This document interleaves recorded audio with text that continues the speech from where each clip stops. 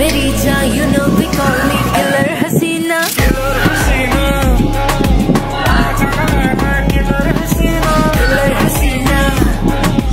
you know they call me killer Hasina